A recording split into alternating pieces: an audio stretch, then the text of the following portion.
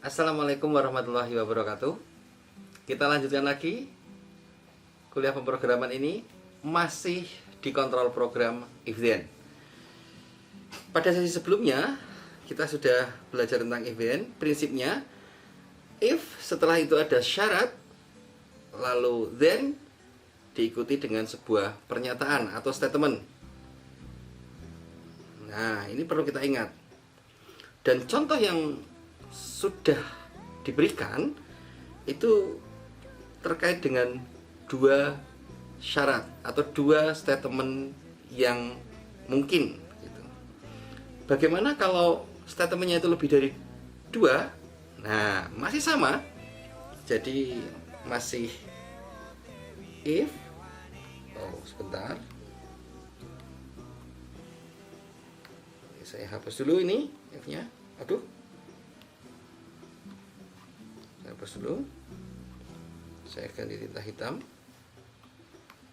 Nah, if masih syarat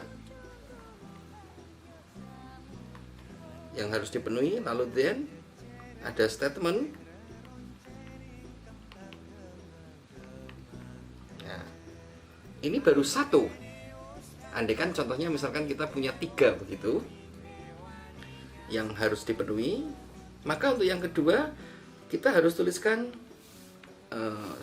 else if diikuti dengan syarat lagi, syarat untuk yang kedua, lalu then juga diikuti statement lagi.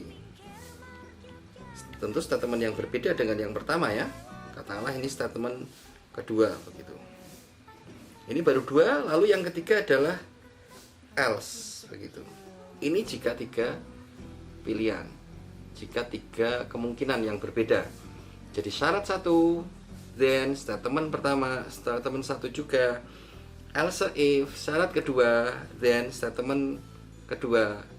Nah, kalau 3 cukup kita berikan syaratnya itu 2, tetapi statementnya tetap 3 gitu. Statement 3. Sama juga untuk hal-hal berikutnya. Jika ternyata statementnya ada 4, maka kita syaratnya yang kita berikan cukup 3.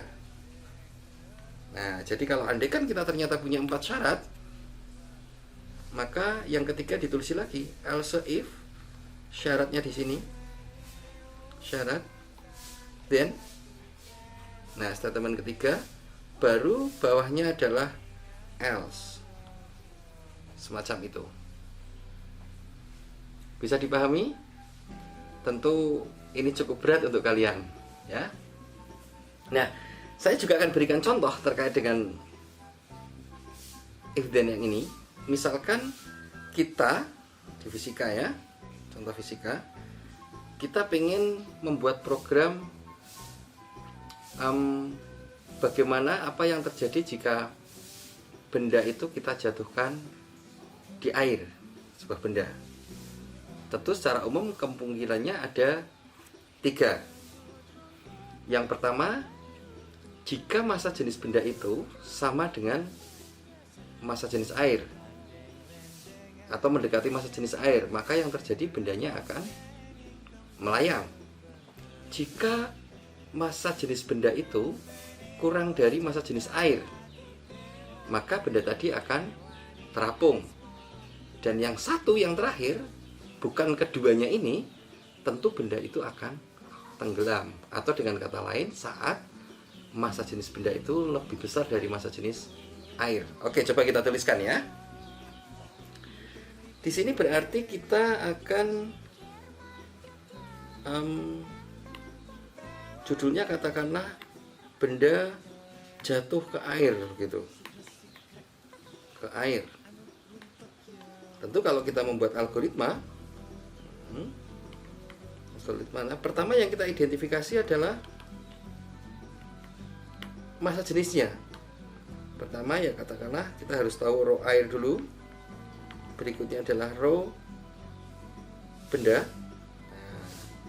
Ketiga, nah ini percabangannya dimulai. Jika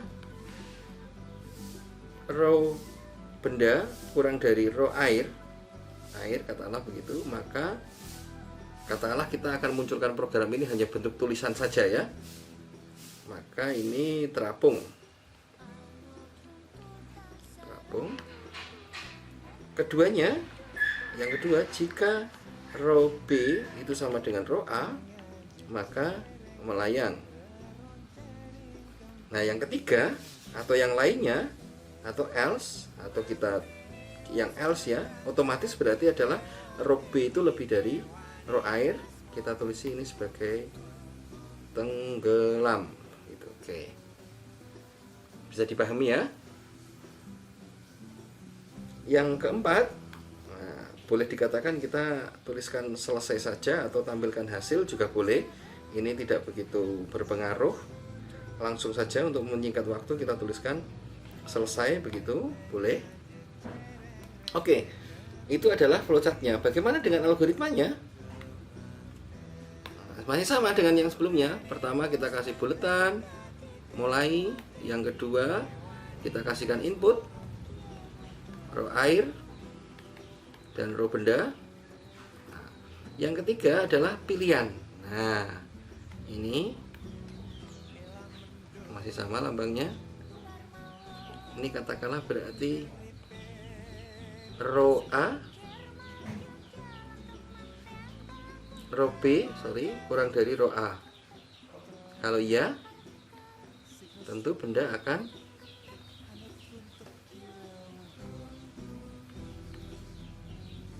terapung. Tidak, nah, maka kita harus masuk ke pilihan lagi. Pilihannya adalah tadi, yang kedua adalah row B sama dengan row A. Nah, kalau iya, row B sama dengan row A ini tentu melayang. Gitu.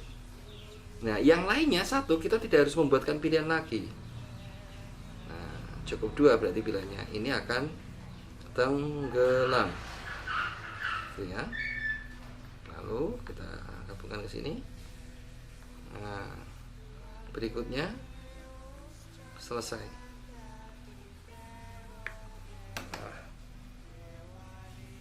Kira-kira semacam itu.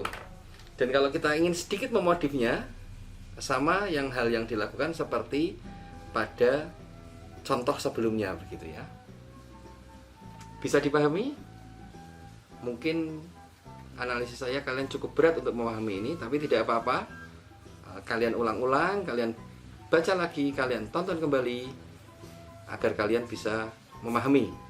Karena setelah kalian mendapat penjelasan tentang kontrol program if then ini, ada tugas untuk kalian. Tugasnya adalah tugas individu, masing-masing anak satu, dan setiap anak harus membuat sebuah algoritma dan flowchart yang memuat kontrol program if then yang terkait dengan kasus fisika. Nah, karena kita orang fisika, maka contohnya pun harus dibuat-buat yang dalam terapannya adalah fisika. Cukup jelas dengan tugasnya? Saya ulangi lagi. Tugas kalian adalah membuat sebuah algoritma dan flowchart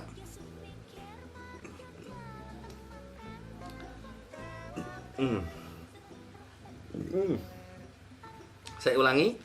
Jadi tugas kalian adalah membuat algoritma dan flowchart yang di dalamnya memuat kontrol program if then yang terkait dengan kasus fisika. Cukup jelas ya? Kalau ada hal-hal yang mau ditanyakan terkait dengan perkuliahan ini, ada 3 sesi ya. Yang pertama adalah if then dengan 2 kasus. Yang kedua adalah sedikit modifikasi. Yang ketiga adalah if then dengan 3 syarat ya. Oke, kalau ada yang mau ditanyakan silahkan tanyakan di kolom komentar. Dan jangan lupa kerjakan tugasnya, dikumpulkan seminggu ke depan. Oke, saya akhiri kuliah pada hari ini. Wassalamualaikum warahmatullahi wabarakatuh.